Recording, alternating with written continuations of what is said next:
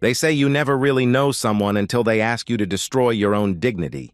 I thought I knew my wife after 7 years of marriage. Every laugh line, every morning routine, every dream we'd built together brick by brick. But the woman who sat across from me that Friday night, dressed like she was going somewhere I'd never been invited, asking me to agree to something that would gut our marriage while keeping me around to pay for it. That was a stranger wearing my wife's face. My name is Daniel Foster, and I need to tell you what happened to my marriage. Not for sympathy, I don't need that anymore. But because there's something important here about knowing when to walk away, about recognizing your own worth when someone you love decides it's worthless. I'm 35, been swinging hammers and laying foundations for 15 years now. Construction work, the kind where you come home with sawdust in your hair and concrete under your fingernails. My hands are scarred and calloused, my back aches most mornings, but there's something honest about building things that last. When I frame a house, I know that family will live there for decades. When I pour a foundation, I know it'll hold firm against storms and time. I take pride in that kind of permanence. Michelle and I had been married 7 years when everything fell apart. 7 years of what I thought was a solid foundation, built on trust and mutual respect. We met when she was 25, working as a receptionist at a dental office. I was drawn to her laugh, the way she could make small talk feel meaningful. She was beautiful in that approachable way, not magazine perfect, but real. The kind of woman who looked good in anything, who made coming home feel like a reward. We never had kids, though we'd talked about it plenty. Michelle said she wasn't ready yet, wanted to enjoy being married first. I didn't push. We had time, or so I thought. She stayed home while I worked 60-hour weeks, sometimes more when big projects came up.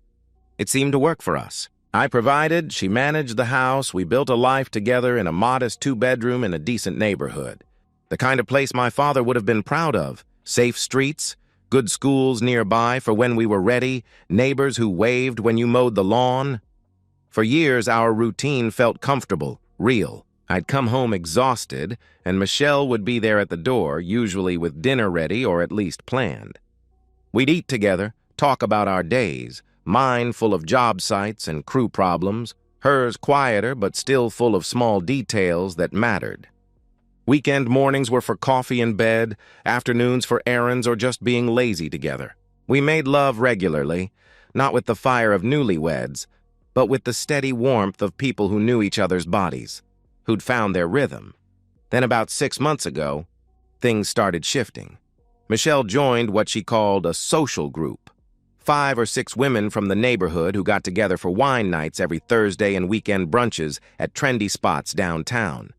At first, I was happy for her. She'd been isolated, spending too much time alone while I worked long days.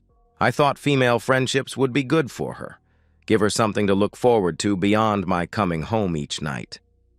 But these weren't normal friendships. The changes started small.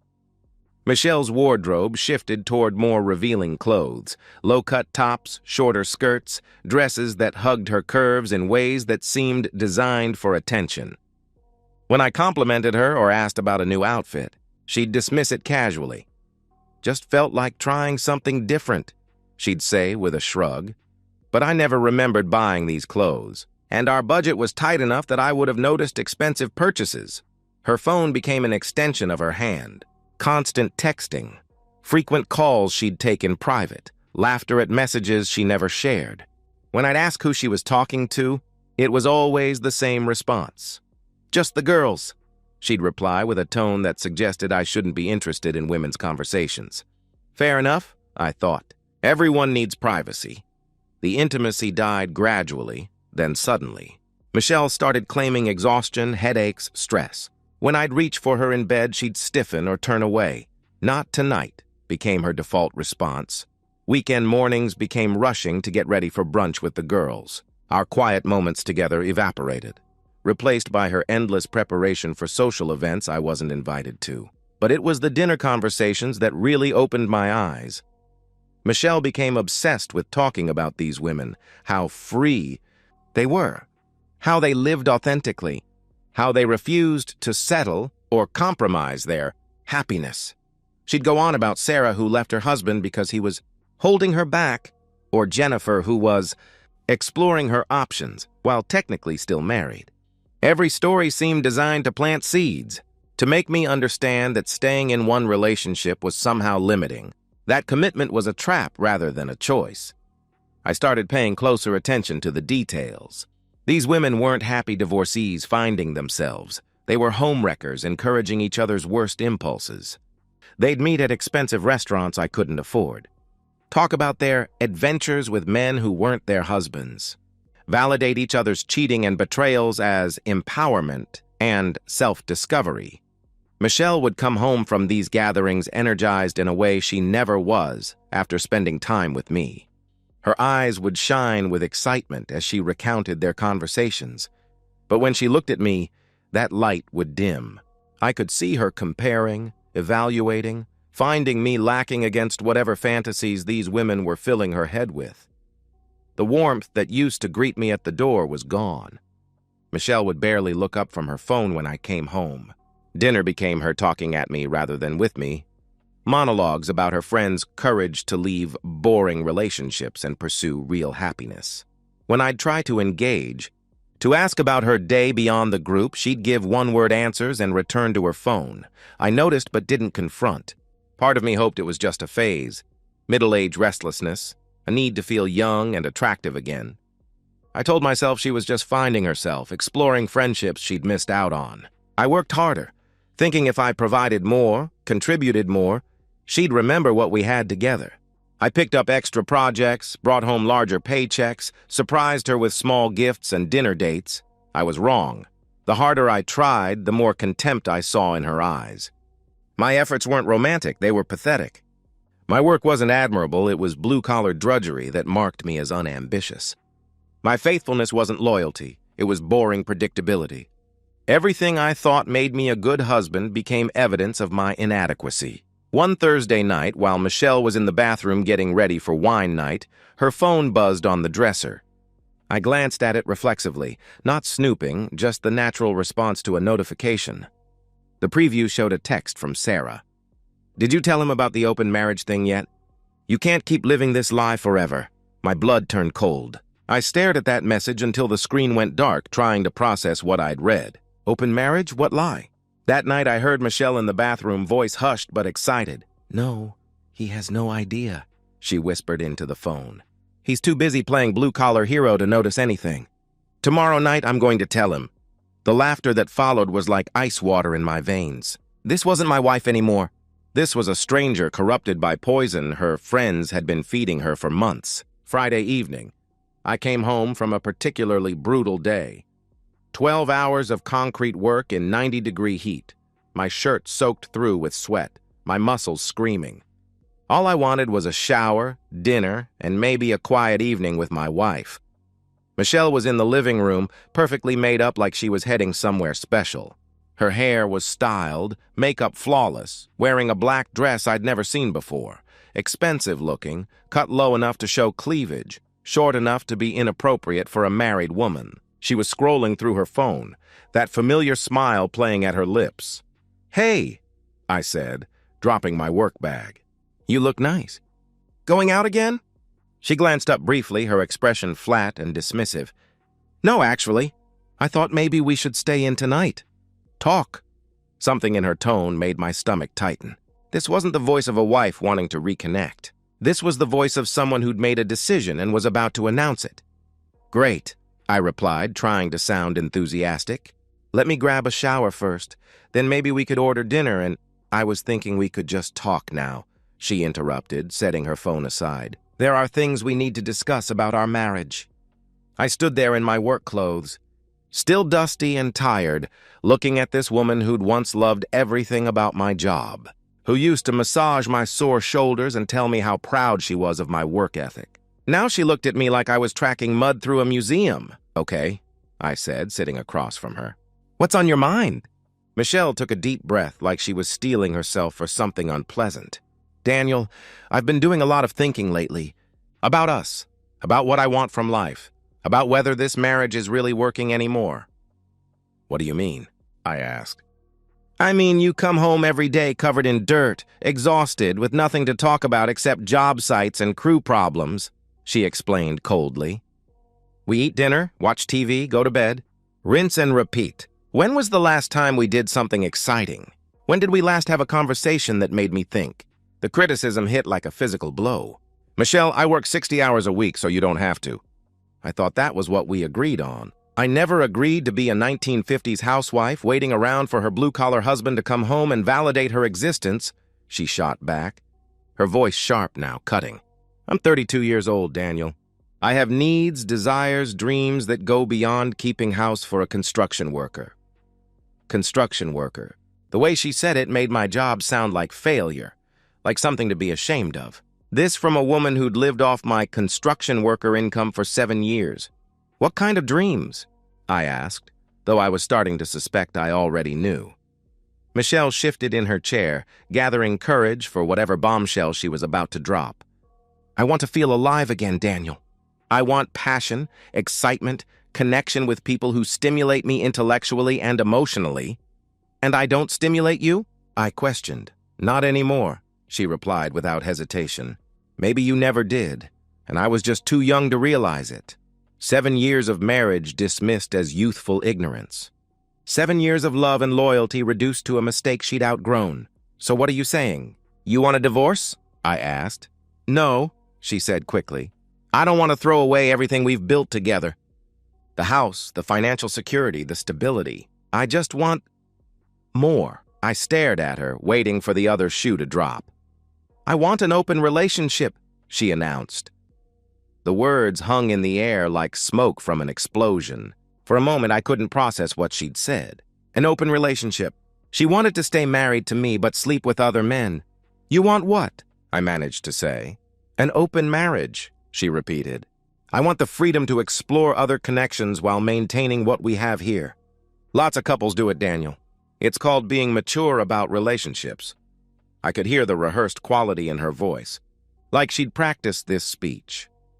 You want me to let you cheat on me? I stated flatly. It's not cheating if we both agree to it, she responded defensively. It's honesty. It's admitting that monogamy is an outdated concept that doesn't work for everyone. So you've already picked out the guy you want to be intimate with? I asked bluntly. She flinched at my language but didn't back down. There might be someone, yes. But that's not the point. The point is freedom, authenticity, not being trapped by arbitrary rules. I felt something cold and final settling in my chest.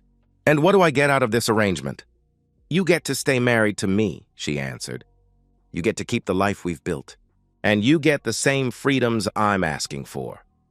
I don't want to have intimacy with other women, Michelle. I want to be married to my wife, I replied. That's your choice, she said coldly. But you can't make that choice for me anymore. The mask was completely off now. She wanted the security I provided while getting her thrill somewhere else. She wanted me to be her cuckold. No, I said firmly. The word came out harder than I'd intended, but I meant it completely. No, she repeated, surprised. I'm not doing it. I'm not agreeing to an open marriage. I'm not giving you permission to cheat on me while I pay your bills, I declared. Michelle's expression shifted from surprise to anger. You can't just refuse to discuss this? I'm not discussing it. I'm rejecting it. Completely, I answered. This is exactly what I'm talking about. She exploded. You're so rigid, so closed-minded. You can't even have an adult conversation about what I need. What you need is to have intimacy with other men while staying married to me. Did I miss anything? I responded. You're being crude and reductive, she snapped. This is about emotional fulfillment. It's about you wanting to be a while keeping a husband, I interrupted. She stood up sharply, face flushed with anger.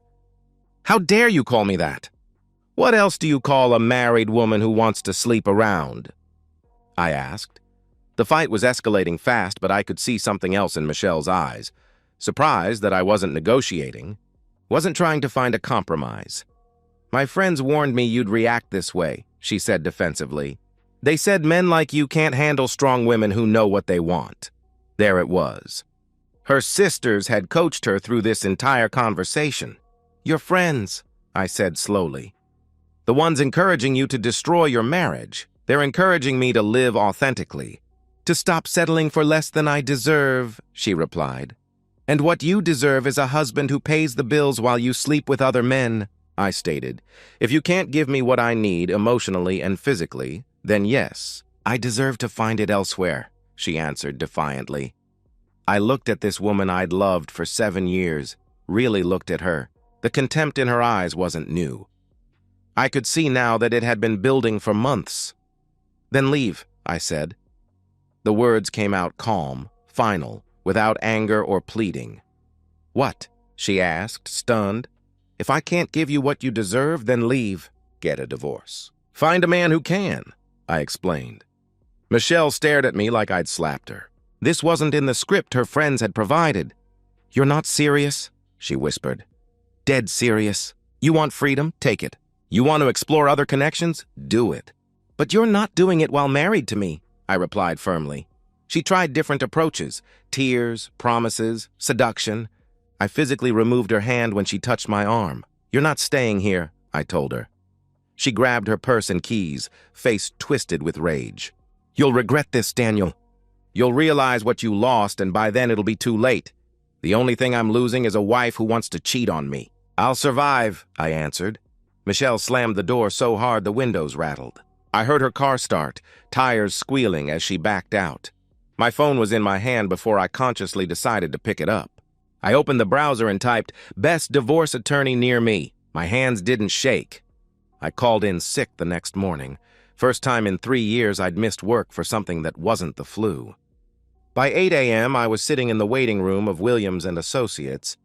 Family law. Robert Williams had 15 years of experience and specialized in high-asset divorces. The consultation room was exactly what you'd expect. Leather chairs, law books, diplomas covering one wall. Williams himself was mid-50s, gray at the temples, wearing an expensive suit. But he didn't look at me like I was out of place. Tell me what happened, he said, pulling out a legal pad. I laid it all out, Michelle's demand for an open marriage, her threat to leave if I didn't agree, the months of emotional manipulation leading up to it. I kept my voice steady and factual, but inside I was still processing the magnitude of what had happened. Williams listened without judgment, taking notes occasionally. When I finished, he set down his pen and looked at me directly. First question, do you want to save this marriage? He asked. No, I answered. The response came instantly, surprising me with its certainty. She made it clear what she thinks of me, of our marriage. I want out. Good. Makes this cleaner, he replied, flipping through his notes. No kids? No, I confirmed. Her demand for an open marriage demonstrates abandonment of marital duties. Judges don't look favorably on that. Her unemployment weakens her position significantly, he explained. You'll likely keep the house since you can demonstrate sole financial responsibility. She might qualify for temporary spousal support, but minimal. What's your advice on strategy? I asked. Strike fast and hard, Williams advised. Serve her immediately before she has time to plan or hide assets. File on irreconcilable differences, but document her demands. Williams pulled out a retainer agreement. I'll need $5,000 down. We can have papers drawn up by Monday, served by Tuesday. Can we do it faster? I asked. He looked up from the contract. How fast? Today. This afternoon, I replied. Williams studied me for a moment, probably trying to gauge whether this was emotional impulse or calculated decision. It'll cost extra for rush service. But yes, we can have papers ready by lunch and served by 4 p.m. You sure about this? He asked. I signed the retainer agreement and wrote a check for $6,000. I'm sure. I drove home through familiar streets, past the elementary school where we'd planned to send our future kids, past the park where Michelle and I used to walk on Sunday mornings. Everything looked the same, but I felt like I was seeing it all for the first time. Michelle's car was in the driveway. She'd come home sometime after I left, probably expecting to find me ready to negotiate, willing to compromise. Instead, she'd found an empty house and a husband who'd spent his morning hiring a lawyer. I found her in the living room, still wearing yesterday's dress, but wrinkled now, her makeup smudged like she'd been crying. She looked up when I walked in, and I could see hope in her eyes, hope that I'd come to my senses.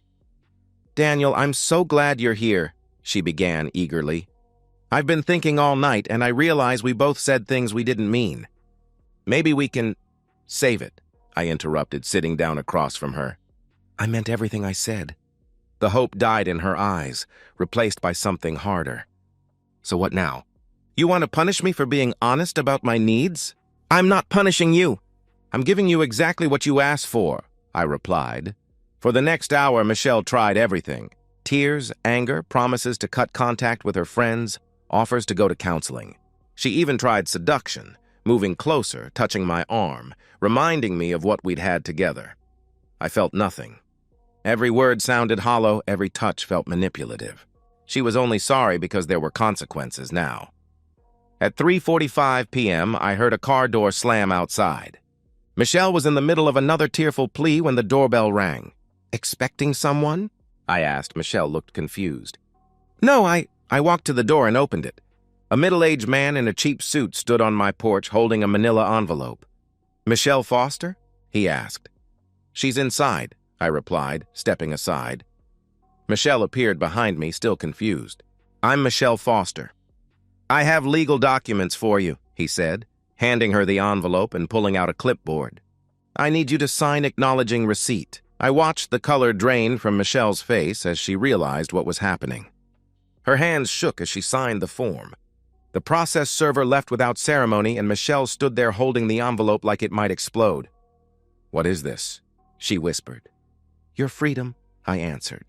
She tore open the envelope, pulled out the divorce papers, and read the first page. Her face went through a series of expressions: disbelief, shock, then rage. You filed for divorce? Today? She asked incredulously. This morning, I confirmed. You can't be serious. We haven't even tried to work this out, she protested. There's nothing to work out. You want an open marriage, I want a divorce. We're both getting what we want, I explained. This is insane. You're throwing away our entire marriage because I was honest about my feelings, she demanded.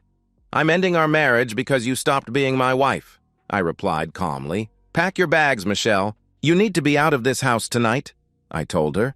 You're kicking me out? She asked, shocked. I'm asking you to leave. This is still legally your house too for now, but I don't want you here, I explained. Where am I supposed to go? She pleaded. Call your sisters. I'm sure they'll help you celebrate your newfound freedom, I suggested. For the first time since this whole thing started, Michelle looked truly scared. The reality was setting in. She'd gambled our marriage on my willingness to be humiliated, and she'd lost. By 7 o'clock, Michelle had packed what fit in her car. She kept trying to restart the conversation to find some angle that might change my mind. But I'd moved past anger into something colder and more final. I stood in the doorway and watched her load the last suitcase. She looked back at the house like she was seeing it for the first time. Or maybe seeing what she was really losing. I'll call you tomorrow, she said hopefully. When you've had time to think about this. Don't, I replied. She drove away slowly, like she expected me to chase after her. Instead, I closed the door and locked it. The house felt different immediately, quieter, cleaner somehow. My phone buzzed around 9 o'clock. Text message from Michelle. I'm staying at my parents'. Please think about what you're doing. We can fix this. I deleted the message without responding. I slept better that night than I had in months. Michelle returned the next morning with reinforcements, her parents flanking her protectively as we all took seats in the living room. Michelle told us what happened, her mother Patricia began gently but firmly. And while we don't agree with how she approached the situation, we think you're overreacting. Overreacting to what exactly? I asked. Her father Frank leaned forward. She had some concerns about your marriage, Daniel.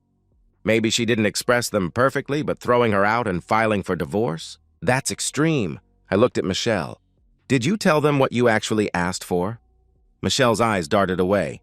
I told them we had a disagreement about the future of our relationship. That's an interesting way to put it, I replied. Turning to her parents, I continued. Did she mention that she demanded an open marriage? That she wanted permission to sleep with other men while staying married to me? The silence that followed was deafening. Patricia's expression shifted from sympathetic to confused. Frank looked like he'd been punched in the stomach. Michelle? Frank's voice was dangerously quiet. Is that true? Michelle squirmed under her father's gaze. It's more complicated than that. Did you or did you not ask Daniel to agree to an open marriage? He demanded. I suggested that maybe we could explore, she stammered. Jesus Christ, Frank interrupted, putting his head in his hands. Michelle, what the hell were you thinking? Those women, Patricia said suddenly, understanding dawning in her voice. Those friends of yours. This was their idea, wasn't it? Michelle's silence was answer enough. Frank stood up abruptly. We're leaving. Patricia, get your purse. Frank, wait, Patricia protested. No. I'm not sitting in this man's house and listening to our daughter explain why she thought it was acceptable to destroy her marriage, he declared firmly. Looking at Michelle with disgust, he added, I raised you better than this.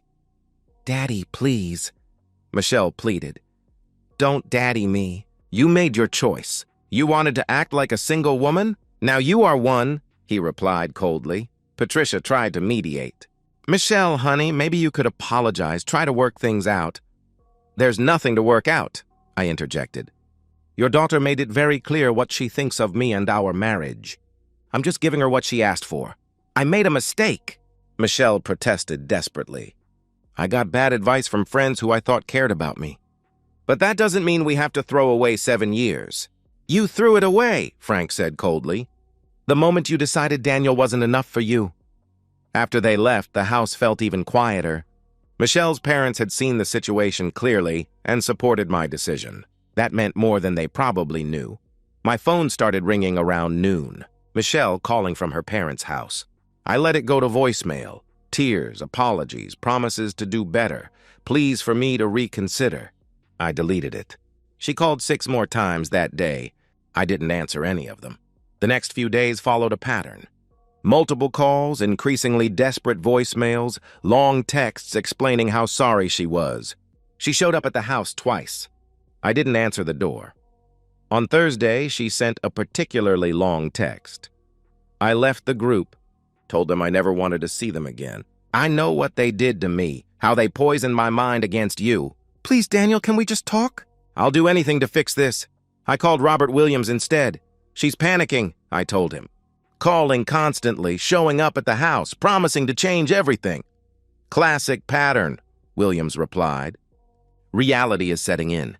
Any contact from her lawyer yet? I don't think she's hired one, I answered. She will. Probably shopping around, trying to find someone who'll take the case on contingency. Unemployed spouse in a divorce has limited options, he explained. That night, Michelle tried a different approach. Instead of calling, she came to the house around 9 p.m. and sat in her car in the driveway. Just sat there like she was waiting for me to come out and invite her back in. I watched her through the bedroom window. She looked pathetic, slumped over the steering wheel, occasionally wiping her eyes. This woman who'd been so confident when she'd demanded an open marriage was now reduced to camping in my driveway like a stalker. After an hour, she gave up and drove away. She was back the next night and the night after that. On Sunday, I'd had enough.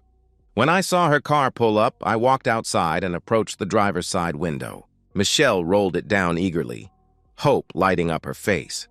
Daniel, I've been hoping we could, she began. Stop coming here, I interrupted. The hope died. I just want to talk, she pleaded. There's nothing to say. You made your choice, I made mine. It's over, I replied firmly. It doesn't have to be over. We can go to counseling, she suggested desperately. Michelle, listen to me very carefully, I said. You asked me to let you cheat on me. When I said no, you threatened to leave. I called your bluff. That's the end of the story. But I realize now how wrong I was, she protested. You realize now that your plan backfired. You thought I'd cave, agree to some version of what you wanted. Instead, you're facing divorce and living in your parents' basement, I responded. I love you, she whispered. No, you don't. You love the security I provided. But you don't love me. If you did, you never would have asked me to agree to your cheating, I answered. Michelle started crying again. Daniel, please. Doesn't 7 years of marriage count for anything?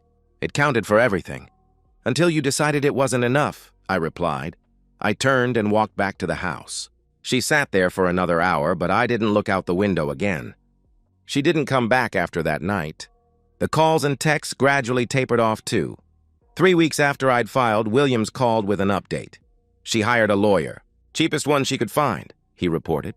He called this morning wanting to discuss settlement terms. What kind of settlement? I asked.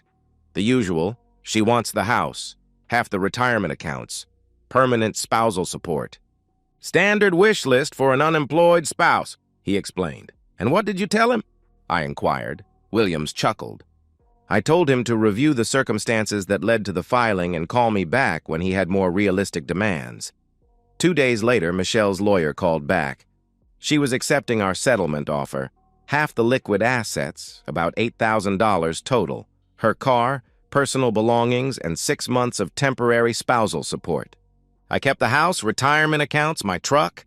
Clean break. I felt nothing when Williams gave me the news. No relief, no satisfaction, no regret.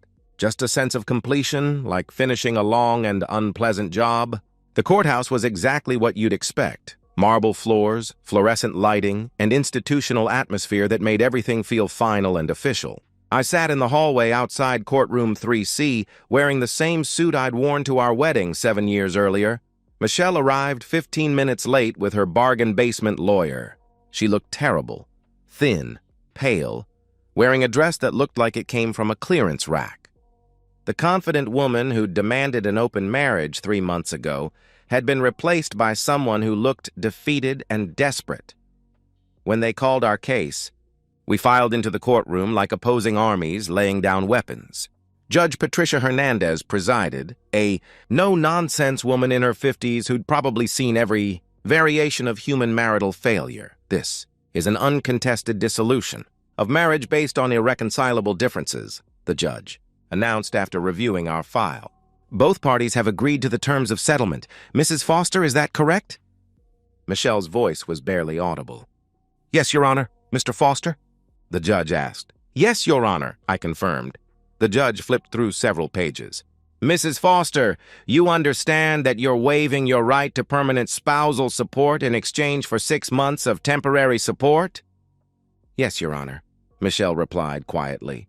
And you're both satisfied that this settlement is fair and equitable? The judge inquired. This was the moment I'd been dreading, not because I had second thoughts, but because I knew Michelle might try one last desperate gambit.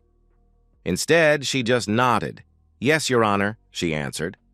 Judge Hernandez signed several documents and looked back at us. The dissolution of marriage between Daniel Foster and Michelle Foster is hereby granted, effective immediately. You are both free to remarry. Good luck to you both. Just like that, 7 years of marriage were legally erased. No drama, no final confrontation, just bureaucratic efficiency and the sound of a gavel. Michelle was crying quietly as we left the courtroom. Not the manipulative tears she'd used during our fights, but genuine grief for what she'd thrown away. I felt a moment of pity for her, but it passed quickly. As I walked out of the courthouse, I could hear Michelle sobbing behind me. But I didn't look back. That chapter of my life was closed permanently. The alarm goes off at 5:30 a.m., but instead of dragging myself out of bed to work for someone else, I'm up early to review project schedules for Foster Construction, the company I built from the ground up after my world fell apart.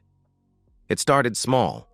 2 years after the divorce, I used my savings and a business loan to buy a truck and tools, took on small residential jobs. Now Foster Construction employs 15 people and handles everything from custom homes to commercial renovations. Last year, we pulled in $800,000 in revenue. The modest house I'd fought to keep in the divorce has been transformed, expanded, upgraded, now worth triple what Michelle and I originally paid. But the real transformation isn't in the business or the house. It's in the man who owns both. Sarah Martinez came into my life 3 years ago. She was a high school English teacher, 34, never married, fiercely independent. While renovating her sister's kitchen, Sarah asked intelligent questions about the structural work, seemed genuinely interested in the craftsmanship. Most people just want to know when it'll be finished, I told her over coffee a week later. You actually cared about how it gets done. I like understanding how things work, she replied with a smile. Whether it's literature or load-bearing walls, we took it slow. Sarah had her own house, career, retirement accounts. She didn't need me to provide for her or give her life meaning. She wanted me in her life because she enjoyed my company. The difference was profound. There was no game playing, no manipulation, no hidden agendas. When Sarah had concerns, she addressed them directly. After years of trying to decode Michelle's passive-aggressive hints, Sarah's straightforward communication felt like a revelation. Last year, we moved in together, into my house, which Sarah helped redesign. She insisted on paying her share despite my protests that I could handle the expenses. "I'm not interested in being supported," she said firmly. "I'm interested in being a partner." Last month I proposed, not with desperate hope of locking down someone I was afraid of losing, but with calm confidence of a man who'd found someone worth building a life with. Sarah said yes immediately, then surprised me. "I've already talked to my lawyer about a prenup," she announced. "I think we should both protect what we've built independently." If Michelle had suggested that, I would have been hurt. From Sarah, it just made sense. We were both established adults with assets and careers. Meanwhile, Michelle's life had remained frozen in consequences. I don't actively keep tabs on my ex-wife, but in a town this size, information travels. She still lives with her parents, though they're both pushing 70 now. She works full-time at a medical office. Better than the nail salon job she'd taken immediately after the divorce, but still far from the comfortable life she'd given up. She never remarried. Friends mentioned seeing her on dating apps, but apparently men aren't lining up to marry a woman whose previous husband divorced her for demanding an open relationship. The story had made rounds in our social circle. People occasionally ask if I regret being so harsh with Michelle. I wasn't harsh, I was self-respecting. Michelle made a choice to value her desires over our marriage. I responded by valuing my dignity over her presence in my life. Sarah and I are planning a small wedding, immediate family and close friends. We're both older, more settled, less interested in spectacle than substance. "Think you'll want kids?" Sarah asked recently as we discussed our future. "Maybe," I replied. "Do you?" "Maybe, but I'm happy either way. I'm not looking to you to complete my life, Daniel. You enhance it," she answered. That's the difference between Sarah and Michelle in one sentence. Michelle had expected me to fill all the empty spaces in her life. When I inevitably failed to be everything to her, she'd looked elsewhere, first to her toxic friends, then to the fantasy of other men. Sarah approaches our relationship as an addition to an already full life, not as a replacement for an empty one. She has her career, friendships, interests, goals. I'm not responsible for her happiness, I just get to share in it. 8 years ago, I thought my life was ending when Michelle walked out that door demanding I accept her infidelity. I had no idea it was just beginning. Michelle taught me what I wouldn't accept. Sarah showed me what I deserved. And sometimes, learning what you won't tolerate is the first step toward finding what you actually want. And so, we've reached the end of today's story. Was it what you expected, or did it take a twist you didn't see coming? I'm curious to hear your thoughts. Share them in the comments below, and let's get a conversation going. If this story kept you hooked, make sure to hit that like button. And if you're new here or just haven't subscribed yet, now's the perfect time to join our community. I bring you fresh, captivating stories every day, so click that subscribe button and turn on notifications so you never miss out. Thanks for watching, and I'll see you in the next one.